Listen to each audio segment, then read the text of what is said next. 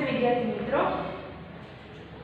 હવે આપણે પાઠ 11 જે છે બળ અને દબાણ, એમાં આપણે આ ચોથો ભાગમાં કે ચોથો વિડિયો છે. તમારે ગોતવો સરળ પડે એટલે એની કોડમાં લખી દે છે કે ભાગ 4 તમને મળી જાય. જ્યારે આપણે ક્યારેક બળ અને દબાણ વિશે કંઈ કન્ફ્યુઝન હોય તો ગોતવો હોય વિડિયો તો તમને મળી જાય. તમારે સરળતા રહે એટલે હવે કોડમાં લખી દીધું છે કે ભાગ 4. એમાં આપણે કોઈ જતા દબાણ. દબાણમાં શું છે તો કે દબાણ એટલે શું કે એકમ ક્ષેત્રફળ દીઠ લાગતા બળને દબાણ કહીએ છીએ. એકમ ક્ષેત્રફળ એટલે જ્યારે ક્ષેત્રફળની મૂલ્ય એકમાં થઈ જાય છે, મતલબ 1 થઈ જાય છે, ત્યારે બળ જે લાગે છે એને શું કહેવાય છે? દબાણ. આનું મૂલ્ય કાંઈ ન મળે, એકમ ક્ષેત્રફળ દીઠ એટલે કે 1 ગણીએ ત્યારે શું થઈ જાય? બળ બરાબર દબાણ થઈ ગયું. મતલબ એકમ ક્ષેત્રફળ દીઠ લાગતા બળને દબાણ કહે છે. અને એનું તમને સૂત્ર પણ આપેલું છે. એ સૂત્ર તમે જુઓ છો શું છે? જો દબાણને છે ને પ્રેશર કહેવાય છે. ઇંગ્લિશમાં શું કહેવાય છે તો કે પ્રેશર. દબાણ છે એટલે કે પ્રેશર બરાબર બળ, ફોર્સ. ફોર્સના છેદમાં એરિયા એટલે કે ક્ષેત્રફળ. જે સપાટી પર આપણે દબાણ બળ લાગતું હોય છે, જે સપાટી પર બળ લાગતું હોય અથવા તો લાગતું હોય, જે સપાટી પર બળ લાગે છે એનું ક્ષેત્રફળ છે એને શું કહેવાય છે તો કે દબાણ કહે છે. સૂત્ર યાદ રાખવાનું અને વ્યાખ્યા યાદ રાખવાની કે એકમ ક્ષેત્રફળ દીઠ લાગતા બળને દબાણ કહે છે.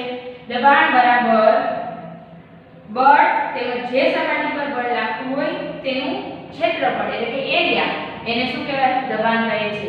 હવે આપણે જોઈએ કે જો આપણે છે લાકડાના પાટિયા પર આપણે ક્યારેક ખીલીને તેના અણીદાર છેડા પાસેથી શું કામ રોકવામાં આવે? આપણે ક્યારેક દીવાલ પર ખીલી ખોડતા હોય ત્યારે જે અણીવાળો ભાગ છે નિયા પકડી અને આપણે આમ ખીલી મારીએ છીએ. એવું શું કામ? કેમ ઉપર બીજે કેમ નથી પકડતા? કારણ કે જો ખીલીના અણીદાર છેડાનું ક્ષેત્રફળ છે ઈ શીર્ષ કરતા કેવું હોય? શીર્ષ મતલબ જે ઉપરનો ભાગ છે એના કરતા કેવું હોય? નાનું હોય છે. તો નિશ્ચિત બળ વડે જે આપણે ઓછા ક્ષેત્રફળવાળી સપાટી પર વધુ દબાણ પેદા કરી શકીએ. સૂત્ર ઉપરથી જ આપણે જોઈ શકીએ. જુઓ સૂત્ર ઉપરથી. હવે તમે ક્યારેક ઝડપવાળા છે તેમજ વેગવાળા કે આગળ જાશો એટલે ઘણા બધા દાખલા આવશે કે સમજવાના સૂત્ર ઉપરથી સમજાઈ જશે કે જો દબાણ ક્યારે વધારે લાગશે તો જો જેનો અંશ મોટો હોય અને છેદ નાનો હોય ત્યારે જે આ બાજુનું જે આપણે મૂલ્ય શોધવું એ કેવું આવશે? વધારે. તો દબાણ ક્યારે વધારે આવશે? જેનું ક્ષેત્રફળ કેવું હશે? ઓછું હશે. જ્યારે ક્ષેત્રફળ ઓછું હશે ત્યારે એનું દબાણ કેવું મળશે આપણને? વધારે. પરંતુ જો ક્ષેત્રફળ વધુ હશે તો દબાણ કેવું મળશે? ઓછું મળશે. એટલે કે બળ વધારે ખીલીવાળો ભાગ છે, ઉપરનો ભાગ છે ને અહીંયા ક્ષેત્રફળ વધારે છે. તો આપણે ક્યાં પકડશું કે જે નીચેનો ભાગ છે ત્યાં, કારણ કે ત્યાં કેવું હોય? ક્ષેત્રફળ ઓછું. અને જ્યાં ક્ષેત્રફળ ઓછું મળશે ત્યાં દબાણ ઓછું. તો આપણે કેવું? ખીલીને ઓછા દબાણે અંદર આપણે કે દીવાલમાં ફટકારી અને એમાં બેસાડી શકીએ. ક્યારે? જો આપણે ઉપર પકડશું તો ખીલીમાં આપણે વધુ દબાણ મારશું ને તો બહાર લાગશે ખીલીને અંદર જતા દીવાલમાં. પરંતુ જે ઓછા ક્ષેત્રફળવાળો ભાગ છે ત્યાં પકડશું એટલે ખીલી ફટાફટ દીવાલ અંદર ઘૂસી શકશે. એટલે કે એમાં આપણે હોલ પાડી શકીએ. સમજાણું? શા માટે આપણે ત્યાં પકડીએ છીએ? તો તેથી લાકડાના પાટિયામાં ખીલીને તેના શીર્ષથી ઠોકવાને બદલે અણીદાર છેડા પાસેથી ઠોકવામાં આવે છે એટલે કે ફટકારવામાં આવે છે. ત્યારે ઓછા બળથી પણ ખીલી પર મોટું દબાણ લગાવી અને સરળતાથી શું થાય છે? ખીલી છે ઈ પાટિયામાં આપણે બેસાડી શકીએ છીએ. બીજું છે કે ખભા પર લટકાવવા માટે થેલામાં પટ્ટી પોળી રાખવામાં આવે. શું કામ પટ્ટી પોળી રાખવામાં આવે છે? જો કે પાતળી પટ્ટીને બદલે જો પોળી પટ્ટી વાપરવાથી શું થાય? ક્ષેત્રફળ વધી જાય છે અને તેથી થેલાનું વજન છે એટલે કે બળ છે એ મોટા ક્ષેત્રફળ પર લાગે છે. પરિણામે ખભા પર દબાણ શું થઈ જાય? ઘટી જાય. હવે આપણે બેગ ઉપાડવો છે, કોઈ પણ થેલો ઉપાડવો છે તો એમાં વધુ વજન હશે તો આપણે થાકી જશે. તો ઓછા કરવા માટે શું કરશે? જે થેલાની જે ઓલી પટ્ટી છે એનું ક્ષેત્રફળ કેવું છે? વધારી નાખશે. એ લાંબી અથવા તો મોટી કરી નાખશે. એના કારણે શું થાય? જો ક્ષેત્રફળ વધી જાય, જ્યારે ક્ષેત્રફળ વધે ત્યારે શું થાય? દબાણ ઘટે. પરંતુ જો આ ઘટે તો દબાણ વધે. એટલા માટે શું કરે? ક્ષેત્રફળને ઘટાડી વધારી નાખે અને દબાણ શું થઈ જાય? ઘટી જાય. આપણા ઉપર જે બળ લાગે છે એવું કેવું થઈ જશે? ઓછું થઈ જાય. અને એના કારણે આપણે કોઈ પણ વજન હોય એને આસાનીથી ઉચકી શકીએ. પછી છે કે કાપવા તથા કાણા પાડવા માટેના ઓજારો છે જે તીક્ષ્ણ હોય છે, અણીવાળા. તો ઈ ઓજારોની તીક્ષ્ણ રાખવાથી શું થઈ જાય છે? ક્ષેત્રફળ કેવું થાય? ઘટી જાય ને? ખાચા ખાચા વાળું હોય અને ઘટી જાય, ક્ષેત્રફળ ઘટી જાય એટલે શું થાય? દબાણ વધી જાય, એટલે કે આપણે ઓછા બળથી પણ વધુ દબાણ ઉત્પન્ન કરી શકીએ. ક્ષેત્રફળ વધી જાય છે એટલે ઓછું બળ વાપરવું પડે અને એના કારણે આપણે શું થાય? દબાણ તો વધી જવાનું છે. બળ ઓછું કરીએ પરંતુ આપણે કોઈ પણ કાપવું હોય ત્યારે દબાણ તો જોઈએ જ, તો દબાણ વધુ જોઈએ ને તેમાં, અને ક્ષેત્રફળ વધારે ઘટાડી દઈએ આપણે એટલે શું થાય? દબાણ આપમેળે વધી જાય છે અને આપણે કોઈ પણ સબ્જી કે કોઈ પણ કાપી શકીએ છીએ. તમારી બુકમાં આપણે જોઈએ ચલો શું કહે છે પેજ નંબર 147 પર દબાણ વિશે આપણે જોયું કે જો આગલા ચેપ્ટરમાં ધોરણ 3 છે ચેપ્ટરમાં આપણે જોઈ ગયા સાતમામાં કે વંટોળ કે ચક્રવાત વખતે તોફાની પવન ઘરની છતને પણ ઉડાડી જાય છે. તો વંટોળ અને ચક્રવાત એ શેના કારણે થાય? તો કે હવાના દબાણના તફાવતને લીધે ઉત્પન્ન થાય છે, જે આપણે આગલા ધોરણમાં શીખી ગયા. તો શું દબાણ અને બળ વચ્ચે કઈ સંબંધ હશે? હોય કે સંબંધ? જોઈએ શું છે કે કોઈ લાકડાના પાટિયામાં એક ખીલીને તેના શીર્ષથી ઠોકવાનો પ્રયત્ન કરો. શું તમે સફળ થાઓ છો? નો થાય, કારણ કે આપણે જો શીર્ષથી ઠોકીએ ને તો વાર લાગે, પરંતુ અણીદાર ભાગ પાસેથી લઈએ ને તો ઝડપથી ઠોકાય છે. એનો મતલબ શું થયો કે ક્ષેત્રફળ પર બળ લગાડવામાં આવે છે તો ખીલીના અણીદાર કે ક્ષેત્રફળ આ કાર્યને સહેલું બનાવવામાં એક અગત્યની ભૂમિકા હોય છે. એટલા માટે બળનું સૂત્ર, દબાણનું સૂત્ર શું આપ્યું કે એકમ ક્ષેત્રફળ દીઠ લાગતા બળને દબાણ કહે છે. અહીં માત્ર એ જ બળનો વિચાર કરીએ જે પૃષ્ઠને લંબ હોય, જેના પર લાગતું દબાણ આપણે શોધવું છે. એ જ બળનો વિચાર કરવાનો છે કે આપણે જેના ઉપર બળ લગાડવાનું છે એ જ. હવે જોઈએ કે તેના એમાં આપણને સમજાઈ જશે જુઓ કે કુલીઓને જ્યારે ભારે બોજ ઉપાડવાનો હોય છે ત્યારે તેઓ પોતાના માથા પર એક કપડાને ગોળ વીંટાળીને કેમ રાખે છે? કારણ કે જે આપણા માથા પર સંપર્કમાં આવે છે જ્યારે વજન વસ્તુ આપણા માથા પર મૂકીએ છીએ ત્યારે એની બાજુ આપણને એકમ ક્ષેત્રફળ દીઠ જે બળ લાગે છે આપણને એ શું થાય? દબાણ અનુભવે છે. એના કારણે આપણા શરીરને જે વજન વધારે લાગે એ ન લાગે. એના માટે શું કરે? અહીં એક જોવો છો એના પાસે જે કાપડ હોય અથવા તો કોઈ પણ વસ્તુ હોય એને આમ રાઉન્ડ કરી અને અહીંયા ઉપર રાખે છે. એટલા માટે ઈ ક્ષેત્રફળ વધી ગયું, તો ઈ ક્ષેત્રફળ વધી ગયું એટલા જ ક્ષેત્રફળ એકમ દીઠ લાગતા બળને શું કહેવાય? દબાણ કહે છે. એટલે દબાણ કેવું થઈ જશે? ઓછું થઈ જશે. એના એટલા માટે શું થાય? જે બોજ છે એનો વજન છે ઈ સરળતાથી ઉપાડી શકશે. તો ઉપરના સૂત્રમાં ક્ષેત્રફળ એ છેદમાં છે, તેથી જો બળ સમાન હોય તો પૃષ્ઠનું ક્ષેત્રફળ જેટલું ઓછું હોય તેના પર લાગતું દબાણ કેટલું થાય? એટલું જ વધારે થાય. સમજાય છે? આપણે કીધું હોય કે ક્ષેત્રફળ જો ઓછું હોય ઘટે એટલે દબાણ આપમેળે વધુ થઈ જાય બળ જેટલું. બીજું છે કે જો પ્રવાહી અને વાયુ દ્વારા પણ દબાણ લાગે છે. બીજું તો આપણે જોઈ ગયા તમારી બુકમાં ખીલી વાળો આપણે ઉદાહરણ જોયું, આગળ લાકડાના પાટિયાવાળું જોયું. હવે આપણે છે કે પ્રવાહીઓ તથા વાયુઓ દ્વારા લગાડવામાં આવતું દબાણ, જે દબાણ છે એ પ્રવાહી અને વાયુઓ પણ લગાડે છે. તો કઈ રીતે? તો કે તમારી પેલી પ્રવૃત્તિ આપી છે. એમાં શું કરવાનું છે ખબર છે? એમાં પદ્ધતિમાં શું છે કે એક પારદર્શક કાચની એક નળી લીધી છે, પ્લાસ્ટિકનો પાઇપ લેવાનો છે, પછી છે એની નળીની લંબાઈ છે એ 15 સેમી લીધી હોય તો એટલે કે વ્યાસ કેટલો થયો? 5 થી 7 સેમી હોવો જોઈએ. એક સારી ગુણવત્તાવાળા પાતળા રબરનો ટુકડો લેવાનો છે, રબરનો ફૂગો પણ લઈ શકીએ આપણે. પછી પાઇપના એક છેડા પર તમે ચિત્રમાં તમારી બુકમાં પેજ નંબર 138 પર જોઈ શકો છો.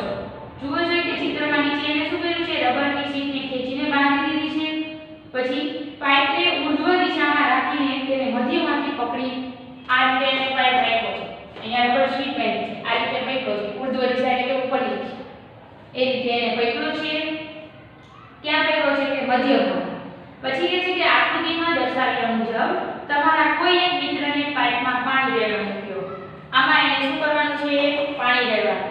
હવે પાણી રેડશે એટલે શું થશે? કે રબરનું પડ શું થાય? બહારની બાજુ ઉઠી આવે. જ્યારે આપણે આમાં પાણી ભરશું ત્યારે આ ભાગ શું થશે? આમ બહારની તરફ ઉઠી આવશે, મતલબ ફૂગો ફૂલાશે. આપણે પાણીવાળો ફૂગો ભરીએ ગુલેટીના દિવસે તો પાણી ભરીને ફૂગો ફૂલાશે, ખબર ને? ઈ સુધી કે પાઇપમાં પાણીના સ્તંભની ઊંચાઈનું પણ અવલોકન કરી શકાય. જો જેટલું પાણી આપણે આમાં ભરવું એટલું ભરવાનું. ધારો કે અહીંયા સુધી આપણે પાણી ભરી દીધું છે તો જેમ જેમ જોજો જ્યાં સુધી ક્ષેત્રફળ વધારે છે ત્યારે એના પર દબાણ કેવું છે? ઓછું છે. પરંતુ જેમ જેમ પાણી ઓછું થતું જશે તેમ આ ફૂગામાં પણ શું થશે? વધારે દબાણ લાગશે અને ફૂગો શું થશે? ફૂલાતો જશે. ફૂલાતો જશે મતલબ કે ક્ષેત્રફળ જેમ જેમ ઘટતું જશે એમ દબાણ વધતું જશે અને ફૂગો કેવો થશે? ફૂલાતો જશે. આપણે આ પ્રવૃત્તિમાંથી અવલોકન કરી શકીએ કે જેમ રબરની શીટ બાંધીને બંધ કરેલા પારદર્શક કાચની નળીમાં જેમ પાણી રેડવામાં આવે છે ઉપરથી, એમ જેમ વધારે પાણી રેડવામાં આવે એમ જે પાણીની ઊંચાઈ છે એ વધશે સ્તંભમાં અને રબરનું પડ શું થશે? બહાર આવશે. એટલે કે જે તળિયે દબાણ લાગશે એનું મૂલ્ય જે પ્રવાહીના સ્તંભની ઊંચાઈના સમપ્રમાણમાં છે. જે ઊંચાઈ છે એની સમપ્રમાણમાં. જેમ ઊંચાઈ વધશે એમ દબાણ પણ શું થશે? વધશે. પાણીની ઊંચાઈ જેમ વધશે એમ દબાણ વધશે. ત્યાર પછી બીજી પ્રવૃત્તિ આપેલી છે 11 કે એમાં શું કહે છે? એમાં પણ એ જ રીતે છે. એક પાણીની બોટલ ભરી છે, એમાં એને સાઈડમાં ફૂગો બાંધેલો છે અને એમાં એ શું નિર્ણય લે છે કે એમાં કહી શકીએ આપણે કે જે પ્રવાહી ભરેલ છે ને પાત્રની દિવાલો પર દબાણ લગાડશે. એટલે શું થશે કે પાત્રના તળિયેથી જેમ જેમ પાણીના સ્તંભની ઊંચાઈ વધે છે તેમ તેમ દિવાલો પર લાગતું દબાણનું મૂલ્ય પણ શું થાય? વધવા લાગે. જેમ એની જે પાણી ભરેલી બોટલ છે એમાં જોઈ શકીએ જેમ જેમ એ વધતું જશે એ દિવાલો પર એનું દબાણ કેવું જશે? વધવા લાગશે. સ્તંભની ઊંચાઈ વધશે એમ એ વધતું જશે. ઈ પ્રવૃત્તિ પણ પ્રવાહીઓ અને વાયુઓ દ્વારા બળ લગાડવામાં આવતું દબાણ લગાડવામાં આવે છે એના માટેની છે. ત્યાર પછીની એક આપેલી છે કે પાત્રમાં ભરેલું પ્રવાહી એક સરખી ઊંડાઈએ એક સરખું દબાણ લગાડે છે. કઈ રીતે જુઓ જોઈએ કે એક પ્લાસ્ટિકની નળી ખાલી બોટલ છે. જોજો પહેલા. પછી શું કરશે કે એમાં નળાકાર પાત્ર લીધું છે. તમે એ બોટલ છે એ જોઈ શકો છો.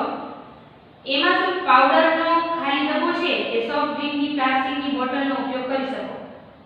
કોઈ પણ તમે બોટલ લઈ શકો છો. ડબ્બો પણ લઈ શકો છો. બોટલના તળિયા પાસે ચારે દિશામાં એક સરખા છિદ્ર, તમારી આકૃતિમાં પણ તમે જોઈ શકો 4 છિદ્ર કરેલા છે. હવે ધ્યાન રાખો કે આ છિદ્રો તળિયાથી સમાન ઊંચાઈ પર હોય. હવે બોટલને સરખી ઊંચાઈએ છિદ્રો હોવા જોઈએ.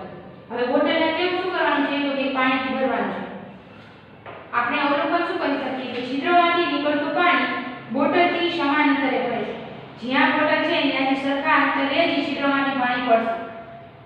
આકૃતિમાં પણ તમે જોઈ શકો છો કે બોટલના તળિયેથી એક સમાન ઊંચાઈએ આવેલા એક સરખા 4 છિદ્રોમાંથી પાણીની ધારા બહાર ફેંકાય છે. દેખાય છે પાણી બહાર નીકળે છે? તો કે હા, આકૃતિમાં આપણે સ્પષ્ટપણે જોઈ શકીએ છીએ. આ છિદ્રોમાંથી નીકળતું પાણી બોટલના તળિયેથી એક સમાન અંતરે પડે છે. તમે ચિત્રમાં એ પણ જોઈ શકો કે એક સરખા અંતરે જ પડે છે. બહાર નીકળે છે પણ એક સરખા અંતરે.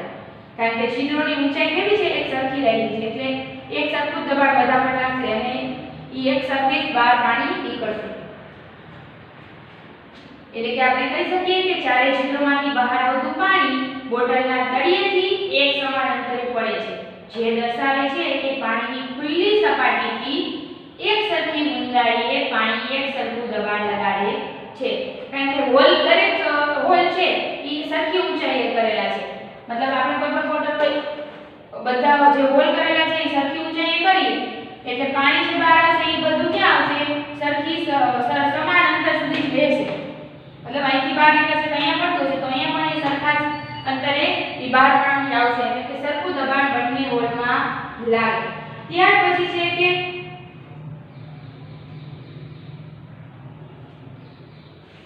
વાયુઓ દ્વારા દબાણ. એ પણ શું છે કે શું વાયુઓ પણ દબાણ લગાડે છે? એમાં જોઈએ શું તેઓ પણ જે પાત્રમાં ભર્યા હોય તેની દિવાલો પર દબાણ લગાડે છે? જો પાણી પૂરો પાડતી પાઇપોના લીક થતા જોડાણો કે છિદ્રોમાંથી મેં પાણીના ફુવારાઓ બહાર આવતા જોયા છે. આપણે ઉપર જોયું. તો શું તે પાણી દ્વારા પાઇપની દિવાલ પર બળ લગાડવામાં આવે છે કે દબાણ લાગે છે? આગળ જોઈએ એનો પ્રશ્નનો જવાબ આપણને મળશે કે તમે જ્યારે કોઈ ફુગાને ખોલાવો છો તો તેના મોંને કેમ બંધ કરવું પડે? શા માટે આપણે બંધ કરી દઈએ છીએ? કે નહીંતર એમાંથી જે હવા આપણે લઈએ છીએ કે વાયુ જે ભરાણો છે એ સુધી જે બહાર નીકળી જાય. ફુગો ફૂલાવી અને પછી આપણે બંધ કરી દઈએ છીએ. જો ખુલ્લો રાખી તો હવા અંદરથી હવા છે કે વાયુ છે એ બહાર નીકળી જશે અને ફુગો ફૂલેલો રહેશે નહીં. એટલા માટે આપણે એને બંધ કરીએ છીએ. જો કોઈ ફૂલાયેલા ફુગાના મોંને ખોલી દઈએ તો શું થાય? તો કે આ હવા બહાર નીકળી જાય. એટલે કે માની લો કે તમારી પાસે એક એવો ફુગો છે જેમાં કાણ હોય કે છિદ્ર હોય તો એને આપણે ફૂલાવી શકીએ? ન ફૂલાવી શકીએ. કારણ કે આપણે કહી શકીએ કે હવા બધી દિશાઓમાં બળ લગાવે છે. મતલબ કે હવા છે જો ફુગો ફૂલાવેલો હોય કોઈ પણ જો છેદ હોય તો ત્યાંથી હવા બહાર નીકળી જશે, બહાર નીકળી જશે એટલે કે અહીંયા પણ બળ દબાણ લગાડવું હોય, અહીંયા પણ બળ કે દબાણ લાગતું હોય તો બધી જગ્યાએ લાગતું હોય, અહીંયા પણ લાગતું હોય અહીંથી જ હવા દ્વારા દબાણ આવે છે એટલે કે અહીંયાથી શું થઈ જશે, એ બહાર નીકળી જશે અને ફૂગો કેવો થઈ જશે, ભેગો થઈ જશે, હવા નીકળી જશે અને ફૂગો ફૂલેલો રહેશે નહીં. યાદ કરો, જો સાયકલની ટ્યુબમાં પંક્ચર પડે તો તેની અંદરની હવા શું થાય છે, બહાર આવી જાય છે. તો શું આ અવલોકન સૂચવે છે કે હવા કોઈ ફૂલેલા ફુગા કે સાયકલની ટ્યુબની અંદરની દિવાલો પર દબાણ લગાડે છે. આમ જોઈ શકીએ કે વાયુઓ પણ જે પાત્રમાં ધારો કે આ ફુગામાં ભરેલા છે વાયુઓ, તો એ પણ બધી દિશાઓમાં સરખું દબાણને બળ લગાવે છે. એના કારણે જો છિદ્ર હોય અથવા પંક્ચર પડી જાય તો બધી હવા કે વાયુ બહાર આવી જાય છે અને ફુગો ફૂલેલો નથી રહેતો. ત્યાર પછી જોઈએ વાતાવરણનું દબાણ. વાતાવરણનું દબાણ આપણે તો વાતાવરણ એટલે શું, તો કે આપણી આજુબાજુ જે હવા છે એને શું કહેવાય, વાતાવરણ. ચારે બાજુ હવા છે આ આવરણને શું કહી શકાશે, વાતાવરણ. વાતાવરણની હવા છે એના દ્વારા જે દબાણ ઉત્પન્ન થાય છે એને શું કહેશું, વાતાવરણનું દબાણ. એની વ્યાખ્યા જોઈએ કે વાતાવરણની હવા એ પૃથ્વીની સપાટીથી ઉપર ઘણા વધારે કિલોમીટર સુધી ફેલાયેલી છે. જે હવા છે વાતાવરણની હવા એ પૃથ્વીના જે ઘણા કિલોમીટર દૂર સુધી ફેલાયેલી છે. એટલે હવા જ્યાં સુધી છે અને એ હવા જે દબાણ ઉત્પન્ન કરે છે એને શું કહેવાય છે કે આ હવા વડે લાગતા દબાણને વાતાવરણનું દબાણ કહે છે. તમારી બુકમાં પણ જોઈએ ચારેય બાજુ હવા છે, આ આવરણને વાતાવરણ કહે છે. વાતાવરણની હવા એ પૃથ્વીની સપાટીથી ઉપર ઘણા વધારે કિલોમીટર સુધી ફેલાયેલી હોય છે. આ હવા વડે લાગતા દબાણને શું કીધું, આપણે વાતાવરણનું દબાણ કીધું છે. આપણે જાણીએ છીએ કે એકમ ક્ષેત્રફળ દીઠ લાગતા બળને દબાણ કહે છે. જો આપણે એકમ ક્ષેત્રફળની કલ્પના કરીએ અને તેના પર એક હવાથી ભરેલો લાંબો નળાકાર ઉભેલો વિચારીએ તો આ નળાકારમાં હવાનું વજન એ વાતાવરણના દબાણ જેટલું હશે. સમજાણું શું કે છે? જો તમને આકૃતિમાં નળાકાર આપેલો છે, હવે નળાકાર છે એમાં આપણે ક્ષેત્રફળ કેવું લઈએ, એકમ લઈ લઈએ અને અહીંયા જે પાણી કે ભરેલું છે તો એનું જે વજન છે ને ઈ જ દબાણ થઈ જશે. કારણ કે ક્ષેત્રફળ આપણે કેવું લઈ લીધું, એકમ, એનું મૂલ્ય આપણે 1 લઈ લીધું છે. એટલા માટે જે દબાણ છે એ કેના બરાબર થઈ જશે, તો કે એના વજન જેટલું થઈ જશે. એનો મતલબ શું થયો કે એકમ ક્ષેત્રફળના હવાના સ્તંભના વજનને વાતાવરણનું દબાણ કહે છે. અહીં નળાકાર માટે તો વાતાવરણનું દબાણ કેટલું વધારે કે ઓછું હોય છે એ આપણે જોઈએ કે એક સારી ગુણવત્તાવાળા રબરનું એક ચૂસક લો. જો ચિત્રમાં જોઈ શકશો, હવે એક રબરના નાના કપ જેવો દેખાય છે તેને કોઈ લીસી સમતલ સપાટી પર જોરથી દબાવો. શું કરવાનું, કોઈ લીસી સપાટી હોય એના ઉપર એને દબાવવાનું છે. ઈ શું થશે, દબાવી આપણે અહીંયા મૂકશું એટલે શું થશે, સપાટી સાથે ઈ ચોંટી જશે અને પછી આપણે એને ઉકેલવાનો પ્રયત્ન કરશું, ખેંચશું તો પણ વધારે આપણે એના પર બળ લગાડવું પડશે. જોઈએ શું કહે છે કે જ્યારે તમે ચૂસકને દબાવો છો ત્યારે કપ તથા સપાટી વચ્ચેની મોટા ભાગની હવા બહાર નીકળી જાય છે. ચૂસક પર વાતાવરણનું દબાણ લાગે છે, તેથી તે સપાટી સાથે શું થાય, ચોંટી જાય અને ચૂસકને સપાટીથી ખેંચીને અલગ કરવા લાગુ પાડેલ બળ એટલું પૂરતું હોવું જોઈએ જેથી તે વાતાવરણના દબાણને પાર કરી શકે. જે ચૂસક વડે આપણે ધારો કે સપાટી પર કોઈ પણ ચૂસક જેવું વસ્તુ છે એ આપણે સપાટી પર ચોંટાડી છે. હવે જે વાતાવરણનું દબાણ અહીંયા લાગ્યું છે એ બધું અંદર ગયું છે. હવે આપણે એના ઉપર કેટલું બળ લગાડશું કે એની બહાર આપણે એને ઉખાડી શકશું. તો જે વાતાવરણનું દબાણ આપણે લાગુ પડ્યું છે એટલું જ એનાથી આપણે વધારે બળ લગાવવું પડશે. એટલા માટે આપણે ચૂસકને આપણે ઉખાડી શકશું એમ કહેવા માંગે છે. તો આ પ્રવૃત્તિથી કદાચ તમને વાતાવરણના દબાણના મૂલ્ય વિશે ખ્યાલ આવશે. મૂલ્ય મતલબ કે એનું માપ આપણને ખ્યાલ આવશે કે જો ચૂસક તથા સપાટી વચ્ચેની બધી જ હવાને બહાર કાઢી નાખવામાં આવે તો કોઈ પણ વસ્તુ મનુષ્ય માટે ચૂસકને સપાટીથી ખેંચી અલગ કરવાનું શું થઈ જાય, શક્ય નહીં બને. જો એ વાતાવરણનું દબાણ હવા કાઢી લેવામાં આવે તો એ ચૂસક આપણે એને ઉકેલી શકીએ નહીં. એ હવા છે એના કારણે જે એના હારે ચીપકેલું છે અથવા તો સાવ ચીપક્યું નથી એના કારણે થોડું આપણે બળ લગાવી અને એને ઉકેલી શકીએ. શું આ પરથી તમે અનુમાન લગાવી શકો કે વાતાવરણનું દબાણ કેટલું વધારે છે? લગાવી શકીએ ને સમજવાના કે જો એક દાખલો આપેલો છે કે જો મારા આ માથાનું ક્ષેત્રફળ 15 સેમી અને 15 સેમી હોય તો હું માથા પર હવાનું કેટલું વજન વહન કરું છું. ક્ષેત્રફળ અને વાતાવરણની ઊંચાઈ જેટલા સ્તંભમાં હવાનું વજન લગભગ કેટલું કીધું 225 કેજી. તો દળના કોઈ પદાર્થના વજન જેટલું હોય છે. આ વજનની નીચે આપણે દબાઈ. ચલો આપણે દાખલો એકવાર કરીએ કે જવાબ છે આપણે પણ દબાણ કેટલું લાગે છે ઈ શોધીએ પહેલા.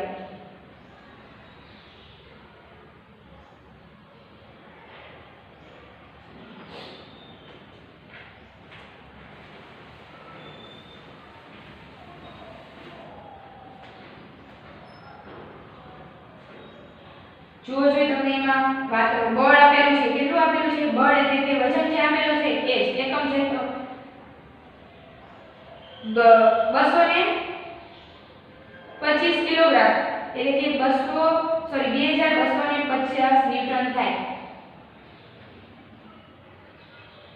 તો બળ કેટલું છે? 2250. હવે બળની જગ્યાએ લખશું 2250.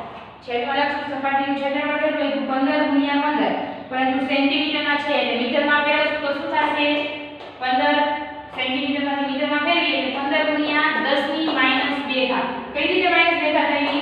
કારણ કે 15 ના છેદમાં 100 લખીએ આપણે તો 100 ને આપણે બાજુમાં ગુણાકારમાં લખવો હોય ને એટલે 10 ની ઉપર 2 મીંડા છે એટલે 2 ઘાત થઈ. 2 ઘાત અહીંયા આપણે લખીએ તો 10 ની 2 ઘાત થાય છેદમાં, પરંતુ અંશમાં ગયો એટલે 10 ની -2 ઘાત. 15 ગુણ્યા 10 ની -2 ઘાત અને 15 ગુણ્યા 10 ની -2 ઘાત. ચલો હવે આનો દાખલો કરીએ આપણે તો શું આવશે જવાબ જુઓ છે. 15 ગુણ્યા 15 એટલે કેટલા થશે? તો કે 225. 225 છે એને ગુણ્યા 10 ની -4 ઘાત થાય. હવે -4 ઘાત ઉપર જશે તો પ્લસ થઈ જશે અને 225 છે એટલે અહીંયા શું વધશે? 10 વધશે. તો 10 ગુણ્યા અહીંયા 10 ની 4 ઘાત ઉપર 4 ઘાત 1 ઘાત તો બેનો સરવાળો કરશું એટલે 10 ની 5 ઘાત જવાબ. 10 ની 5 ઘાત જેટલું બળ એટલે કે ન્યૂટન પર મીટર એટલું દબાણ અહીં લાગશે. એનું કારણ કે આપણા શરીરની અંદરનું દબાણ પણ વાતાવરણના દબાણ જેટલું હોય છે. તે બહારના વાતાવરણને શું કરી નાખે છે? નાબૂદ કરી નાખે. આપણા શરીરમાં પણ હોય છે ને દબાણ કે બળ લાગે છે. પછી તમને એક આપેલું છે કે જો તમે જાણતા હતા કે 17મી સદીમાં જર્મનીના એક વૈજ્ઞાનિક ઓટો વોન ગેરીકે પાત્રોમાંથી હવા બહાર કાઢવા માટેના એક પંપનો આવિષ્કાર કર્યો. આ પંપની મદદથી તેણે હવાના દબાણને લીધે લાગતા બળનું નાટકીય રીતે નિર્દેશન કર્યું. તેણે ધાતુના 2 પોલા અર્ધગોળાઓ લીધા. અર્ધગોળાઓને શું કર્યા છે? 51 સેન્ટીમીટરના હતા એને એકસાથે જોડી દીધા છે. ચિત્રમાં પણ તમે જોઈ શકો છો. તેમના વચ્ચેની હવા કાઢી લેવામાં આવી. જો બંને ગોળા છે એ વચ્ચેની હવા એને કાઢી લીધી છે અને ગોળા શું કરી દીધા? જોડી દીધા. હવે નથી બે વચ્ચે હવા નથી એટલે ગોળા એકસાથે વધારે ચીપકી જશે અને પછી એને અલગ પાડવા કેવા થઈ જાય? મુશ્કેલ થઈ જાય. જો વાતાવરણનું દબાણ વચ્ચે ન હોય તો એના પર જેટલું બળ લગાવો એટલું કાંઈ લાગુ પડે નહીં. જુઓ જે ચિત્રમાં પણ બંને સાઈડને ગોળાઓ રાખ્યા છે. કેટલા બધા ગોળા રાખ્યા વિરુદ્ધ દિશામાં ખેંચે છે અલગ અલગ. તો હવાના દબાણને કારણે લાગતું બળ એટલું બધું મોટું હતું કે આ ગોળાઓ પણ અર્ધગોળાઓને અલગ ન કરી શક્યા. તો આપણે આ પાઠ છે અહીં તમારો પૂરો થાય છે. હવે જે નેક્સ્ટ ઘર્ષણ છે, ઘર્ષણ વિશે થોડીક માહિતી તો આપણે આ પાઠમાં પણ લઈ ચૂકીએ છીએ. તો વધારે માહિતી છે હવે ઘર્ષણ પાઠ છે 12મો એમાં આપણે જોશું. પાઠમાં આપણે શું શું શીખ્યા તો કે બળ છે, બળના આધારે શું શું ફેરફારો થાય છે ગતિમાં, ઝડપમાં, ત્યાર પછી બળનું મૂલ્ય, તેની દિશા, સંપર્ક બળ, અસંપર્ક બળ, પછી દબાણ વિશે, ગુરુત્વાકર્ષણ બળ, ઘર્ષણ બળ તેમજ સ્નાયુ બળ એ ત્રણની વાત પણ આપણે જોઈ ગયા. હવે દબાણ જોયું અને વાતાવરણનું દબાણ. ત્યાર પછી જે ઘર્ષણ છે પાઠ 12 છે તમારો એ આપણે નેક્સ્ટ વિડીયોમાં જોશું.